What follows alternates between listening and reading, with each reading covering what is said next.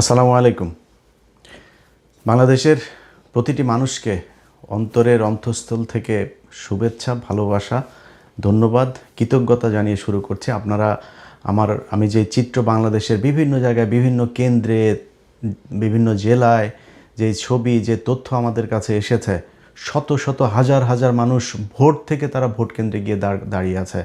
7:30টার আগের থেকে লম্বা লাইন প্রতিটা কেন্দ্রে। আপনাদের এই যে দায়িত্ববোধ, এই দায়িত্ববোধটা আর একটু কয়েক ঘন্টার জন্য আপনাদেরকে সময় বাড়াইতে হবে। আপনারা জুলাইতে এই দেশে জীবন দিয়েছেন, আপনার সন্তান আপনার নিজের চোখের সামনে মারা গিয়েছে, আপনার এই দেশের মানুষ দাঁড়িয়ে বলেছে যে আমার ভাইকে গুলি করার পরে আমি আমার ভাইয়ের লাশ না নিয়ে যাব না, আমার ভাইয়ের আহত রক্তাক্ত শরীর না নিয়ে আমি এখান থেকে যাব না। পুলিশের গুলির সামনে দাঁড়িয়ে আপনারা টেনে হেসড়ে আপনার আহত ভাইকে নিয়ে এসেছেন। আপনারা সেই জাতি।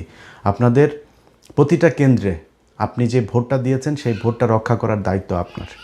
আপনি সেই ভোট গণনা হবে, ভোট কেন্দ্র থেকে সেটার প্রকাশ হবে, ঘোষণা হবার পরে সেটা আপনারা রিটার্নিং অফিসারের কার্যালয়ে পাঠিয়ে দিবেন। আপনার কাজ নেই, আপনি তারপরে যায় নাক তেল দিয়ে তারপরে ঘুমায়েন।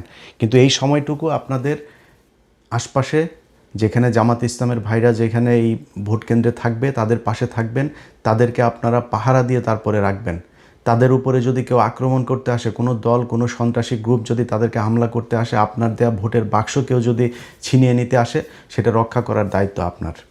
আমরা কালকে থেকে আজকে পর্যন্ত সারা বাংলাদেশে বিভিন্ন জায়গায় আমরা দেখেছি যে তাদের যে হীন প্রচেষ্টা, তাদের যে ঘৃণ্য পরিকল্পনা, সেটা বাস্তবায়ন করার চেষ্টা করেছে বাংলাদেশের মানুষ, জামায়াত ইসলামী বাংলাদেশ এবং সবশেষ সেনাবাহিনীর কথা না বললেই না। তারা এগুলো রুখে দিয়েছে। সেনাবাহিনীর একটা অংশ গতকালকেও চেষ্টা করেছে যে নীলফামারীর যে ঘটনাটা, জামায়াতের আমির তাকে বিমানবন্দরে সে আসছিল, সে বিমানবন্দরে তো সে কারোর কাছে টাকা বিলি করে নাই, সেখানে তো সে ভোট কিনতে যায় নাই, তার বাড়ি নীলফামারী, সে এখানে বিমানবন্দর থেকে তার 50 লাখ টাকাকে বানানো হয়েছে বিপুল পরিমাণ অর্থ। বাংলাদেশে 50 লাখ টাকা এখন কোনো বিপুল পরিমাণ অর্থ না। এটা হচ্ছে 1 নাম্বার কথা। 2 নাম্বার, সে কোনো জায়গায় ভোট কিনতে যায় নাই। 3 নাম্বার হলো তারে এই জায়গাতে যে আপনি আটক করলেন, এই একই ধরনের ঘটনা, এর চাইতে বেশি পরিমাণের টাকা শহীদউদ্দিন চৌধুরী অ্যানির লোকের কাছে পাওয়া গিয়েছে এবং সেটা টাকা দিচ্ছিল মানুষকে, ভোটের মাঠে পাওয়া গিয়েছে। সেই টাকাটা পেয়ে তাকে সাথে সাথে ছেড়ে দেওয়া হয়েছে। বিভিন্ন টেলিভিশনে তাদের দলের লোকজন দিয়ে থ্রেট করা হয়েছে এই নিউজ তাড়াতাড়ি সরাইতে। যমুনা টেলিভিশন, তাদেরকে হুমকি দেওয়া হয়েছে, হুমকি দিয়ে তারপরে বলা হয়েছে নিউজ সরাইতে। তারা বলেছে 80 লাখ টাকা পাওয়া গিয়েছে, সেই টাকা কিছুক্ষণ পরে 15 লাখ টাকা হিসেবে তারা আবার নিউজ করেছে। এভাবে দুইটা ঘটনাকে দুইভাবে উপস্থাপন করা হয়েছে।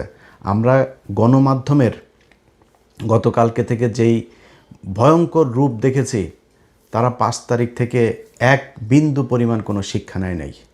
গণমাধ্যমের যারা আছেন, যেসব সাংবাদিকরা এখনও পর্যন্ত এইসব অসভ্য কার্যক্রম চালিয়ে যাচ্ছেন, আপনাদের কাছে অনুরোধ থাকবে, মনে করার কোনো কারণ নাই যে আপনি একটা নিউজ করবেন আর সেটা বাংলাদেশের সব মানুষ হুমড়ি খেয়ে পড়বে আপনার কথা বিশ্বাস করে, তারপর যা ধানের শীষে ভোট দিয়ে আসবে। সেদিন বাংলাদেশের বহু আগে ইলিয়াস পিনাকিরা উঠিয়ে দিয়েছে। আপনাদের চাইতে বহু বড় প্রভাবশালী, প্রতাপশালী, ক্ষমতা সম্পন্ন এক ফেরাউন এই দেশে ক্ষমতায় ছিল। তারা যখন কিনা ঘুমাইতো, ঘুমের মধ্যেও আমাদের ছবি চোখে দেখতো, তাদেরকে শান্তিতে থাকতে দেয় নেই। আপনারা এখনও এত বড় কোনো ছেটের পাল হয়ে যান নাই যে আপনারা যা মনে চায় তাই বলবেন আর এই দেশের মানুষই করবে। আমি ইলিয়াস, আজ থেকে সেই 2014 সালের ইলেকশনে আমার অবস্থান যেভাবে এই দেশের নির্যাতিত, নিপীড়িত মানুষের পক্ষে ছিল, আজকেও সেখানে আছে, সারা জীবন সেখানে থাকবে। নিজের ব্যক্তিগত অনেক বড় বড় স্বার্থ বাদ দেয়া এই দেশের যেসব নির্যাতিত মানুষ আছে, যারা অত্যাচারিত মানুষ আছে, যারা সংকটে আছে, সমস্যায় আছে, তাদের পাশে ইলিয়াস দাঁড়িয়েছে।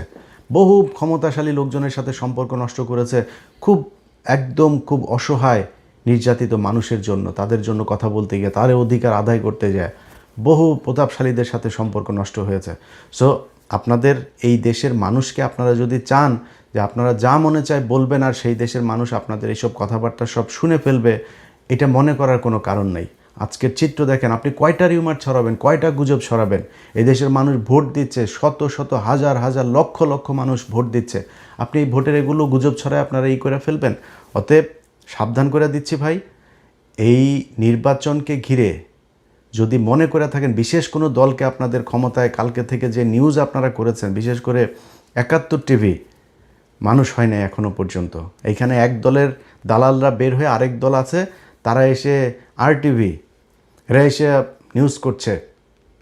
দ্বার প্রান্তে তারেক রহমান প্রধানমন্ত্রী আবার গণভবনের দরজার মধ্যে যা দাঁড়ায় আছে। আরে বাবা রে বাবা, মানে অবস্থা করুণ অবস্থা।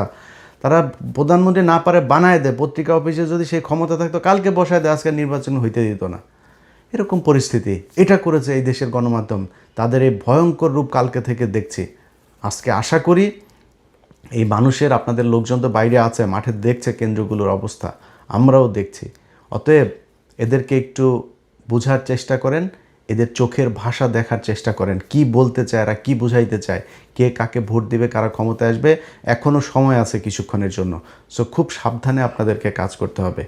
সেনাবাহিনী সেই নীলফামারীতে যেই ঘটনাগুলো হয়েছে সেখানেও DGFIর ৩-৪ জন অফিসার জড়িত, কিন্তু এই সেনাবাহিনীর কিছু অংশ তারা এখনও চেয়েছে যে কোনোভাবে হচ্ছে বিএনপিকে ক্ষমতায় এনে তারপরে ১.৫ বছরের মাথায় শেখ হাসিনাকে ক্ষমতায় আনতে, এই দেশের রাজনীতিতে নিয়ে আসতে হবে। এই অবস্থায় এই দেশে চলবে না। আপনারা হাসিনাকে আর আওয়ামী লীগকে, ইন্ডিয়াকে যে যত আনতে চাবেন সে তত সমস্যায় পড়বেন। তার বিরুদ্ধে আজকে আমি পিনাকি, আমরা কেন আজকে আপনাদের বিরুদ্ধে থাকব? আপনারা ৫ তারিখের পর থেকে এখন পর্যন্ত প্রথমেই বুকে চিন চিন করে রে আপনার এই শেখ মুজিবের ইয়েতে মূর্তি ভাঙা দেখা, এটা দিয়ে শুরু হয়েছে। তারপরে আপনারা আওয়ামী লীগের প্রতি প্রেম, আওয়ামী লীগের এই দৃশ্য দেখে আপনাদের খুব খারাপ লেগেছে। তারপরে আওয়ামী লীগকে এই দেশে রাজনীতি করতে দিবেন, সব মামলা তুলে নেবেন, আওয়ামী লীগ বিএনপি ভাই ভাই, এগুলো বহু শয়তানি। 2 দিন আগে তারেক রহমানের মতো মানুষ বলে শেখ হাসিনার সন্তানেরা, পরিবারের লোকজনেরা যদি চায় তাহলে রাজনীতিতে আসতে পারেন। আপনি কে ভাই? আপনি আওয়ামী লীগকে রাজনীতি করতে দেওয়ার কে? আপনি এখন প্রধানমন্ত্রী হয়েছেন, আপনি এই যে ঘোষণাটা দিলেন, এই ঘোষণা দিয়ে আপনার অর্ধেক ভোট নষ্ট করেছেন। আপনারা মনে করেন যে আওয়ামী লীগের ভোট নিয়ে, বাংলাদেশে আওয়ামী লীগের ভোট নাই ভাই। কয় পার্সেন্ট নেবেন? 5%, 10%? ভোট দিতে যাবে না অর্ধেক। যেগুলি যাবে তাদের উপরে আপনারা যে নির্যাতন করেছেন এই গেল 1.5 বছরে, এই মামলা বাণিজ্যের নামে, এগুলো আওয়ামী লীগের লোকজন ভুলে গিয়েছে। তারা আপনারা ভোট দিবে যায়, আপনার দলের হয়ে মিছিল করবে, আপনার সাথে মিটিং করবে, যায় যদি ভোট দিতে যায় দাঁড়িপাল্লায় ভোট দিয়ে আসবে। গ্যারান্টি দিলাম আপনারে, ইনশাল্লাহ আজকে নির্বাচনের পরে এটা রেজাল্ট পাবেন। বহু গবেষক, বহু ভবিষ্যৎবাণী, গোয়েন্দা টোয়েন্দা, অনেক কিছু, ঢাকা বিশ্ববিদ্যালয়ের ডাকসুর কথা মনে আছে না? মনে আছে? নাকে খত দিয়া তারপরে কথা বলতে হবে। তোরা আবার ফের এখন এসে অনেক এরা ভবিষ্যৎবাণী দেওয়া শুরু করছে। এরকম 70% তারেক রহমান প্রধানমন্ত্রী হয়ে গিয়েছেন, বিএনপি চলে এসেছে, এরকম তোদের এই 70% তোরা আওয়ামী লীগের পক্ষেও এরকম তোরা জরিপ বানায় তারপর প্রচার করছিলি। সেই আওয়ামী লীগের 70% লোক কই?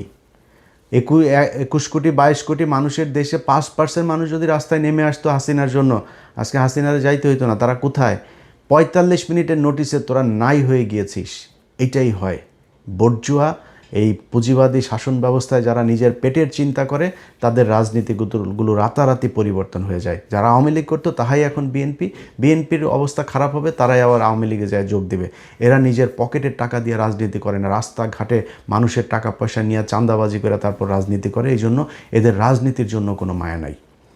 অতএব যে কথাগুলো বললাম, বাংলাদেশের মানুষের কাছে অনুরোধ থাকবে, ভাই আপনারা আর কয়েকটা ঘন্টা আপনাদেরকে কষ্ট করতে হবে।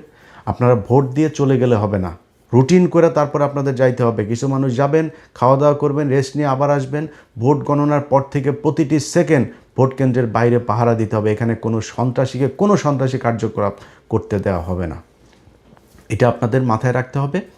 আপনারা এই বাংলাদেশের যেই পরিবর্তনের হাওয়া আমাদের বাংলাদেশের ভাগ্যাকাশে আমরা দেখছি, সেই পরিবর্তন যদি হয়, এটা আপনি আমার জন্য করবেন না, এটা ডক্টর শফিকুর রহমানের জন্য করবেন না, জামাত ইসলামের জন্য করবেন না, আপনার জন্য করবেন। আমি গতকালকে আমার ভিডিওতে বলেছি, ভাই আমি জামাত ইসলামের কেউ না, আমি জামাত ইসলামের এমপিও হব না, মন্ত্রীও হব না, জামাত ইসলামের কাছে আমি কোনো সুবিধা আনতে যাব না। কিন্তু আপনাদের জন্য আমি আজকে এই যে সেনাবাহিনীর সাথে আমার সমস্যা, বিডিআরকে নিয়ে আমার সেনাবাহিনীর সাথে সমস্যা, সরকারের সাথে সমস্যা, আসিফ নজরুলের সাথে সমস্যা। এই সমস্যা এই দেশের আলেম সমাজের এখনও প্রায় 4-5 হাজার আলেম এখনও জেলখানায় আছে। এই যে তেজগাঁ থানা ছাত্র শিবিরের সেক্রেটারি এখন পর্যন্ত জেলখানায় আছে। এদেরকে নানান মামলা, কিসের সব সন্ত্রাস বিরোধী আইন, এই আইন সেই আইন, এইসব মামলায় তাদেরকে আটকে রাখা হয়েছে। এই বাংলাদেশের জন্য তো এই দেশের মানুষ মারা যায় নাই।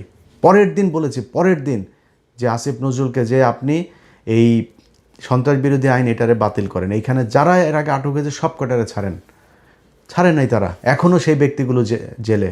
আপনাদেরকে আল্লাহ মানে এই যে আজাব আল্লাহ আমার মনে হয় না জীবনে কোনো দিন মাফ করবে। তাদের কারণে আপনারা আজকে চেয়ারে বসে আছেন, অথচ সেই মানুষগুলো এখনও জেলখানায় আছে। বিডিআরের পরিবারগুলো বিশ্বাস না হলে যান জেলখানায় যান। আমি তাদের ভিডিও দেখেছি, ছবি দেখেছি, আমার কাছে তার পরিবারের লোকজনেরা পাঠিয়েছে।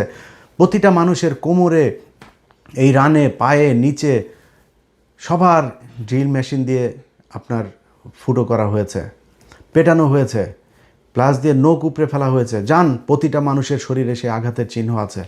আপনারা তাদের পাশে দাঁড়ান নাই, তাদের জন্য কিছু করেন নাই।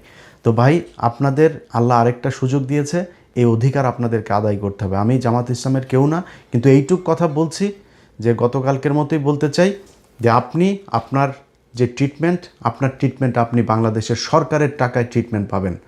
যেই ব্যক্তিরা কিছু হইলেই, পাতলা পায়খানা হইলেও থাইল্যান্ড, ব্যাংককে, সিঙ্গাপুরে যায় তারপরে ট্রিটমেন্ট নেয়, তাদেরকে সেখানে যাইতে দেওয়া হবে না। তাদের সেই ট্রিটমেন্ট বাংলাদেশে করতে হবে এবং জামাত ইসলামকে বাধ্য করা হবে সেই আইন করার জন্য যে এই দেশের সরকার আপনাদের কাছে 1 বছর হোক, 2 বছর হোক কিংবা 3 বছর হোক, ক্ষমতা থেকে যাওয়ার 6 মাস আগে হইলেও তাদেরকে এইটা মানে প্রতিষ্ঠিত করে দিয়ে যাইতে হবে, প্রমাণ করে দিয়ে যাইতে হবে যে এই দেশে এখন এই মুহূর্তে সব ধরনের ট্রিটমেন্ট নেওয়া সম্ভব।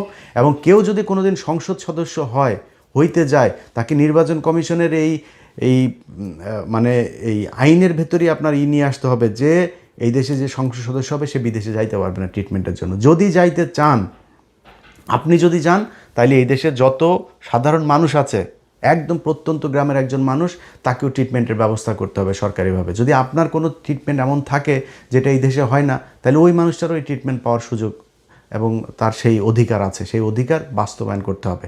আপনি একটা অফিসে যাবেন, আপনি ঘুষ দিবেন না। আপনার যে অধিকার, সেই অধিকার ঘুষ ছাড়া করতে হবে। সরকার সেটা বুঝবে, ওই অফিসারকে কত টাকা বেতন বাড়াইতে হবে, কী করতে হবে, এটা তাদের ব্যাপার। আপনি করবেন সেটা। এই দেশে যত ধরনের মানুষ বিদেশ যায়, যত দেশে যায়, ইন্ডিয়া, পাকিস্তান, শ্রীলঙ্কা থেকে যাইতে তার যেই সুযোগ, যেই কয় টাকা খরচ হয়, সেই টাকায় নিতে হবে। এরকম অনেক কিছু আছে যেই জিনিসগুলো এই দেশের মানুষকে পাইতে হবে, পাওয়ানোর জন্য ব্যবস্থা করা হবে ইনশাল্লাহ। আপনারা শুধু আর কয়েকটা ঘন্টা এই দেশের, তারা জামাত ইসলাম বলেছে তারা শাসক হইতে আসে না, সেবক হইতে এসেছে। এই সেবকদেরকে সেবা করার জন্য যে সুযোগ তৈরি করে দেওয়া দরকার, সেটার দায়িত্ব এখনও আপনাদের হাতে। আপনারা ভোট কেন্দ্রগুলোতে থাকবেন, পাহারা দিবেন। এবং সবশেষ আবারও সেনাবাহিনীকে আগেও বলেছে যে ভাই, আপনারা আমাদের সার্বভৌমত্বের প্রতীক, আপনারা ছাড়া এই দেশ কেউ ঠিক করতে পারবে না। আপনারা যেভাবে দায়িত্ব পালন করছেন, আমার বিশ্বাস আপনাদের হারানো যে ঐতিহ্য, যে কালিমা আপনাদের শরীরে লেগেছে, সেটা সরিয়ে আপনারা আবার ফের এই ভোটের মাধ্যমে মানুষের অন্তরে জায়গা করে নেবেন। সেই প্রত্যাশা থাকলো। দেশবাসীকে বিজয়ের ঠিক দ্বার প্রান্তে সবাইকে অভিনন্দন জানিয়ে শেষ করছি। আসসালাম।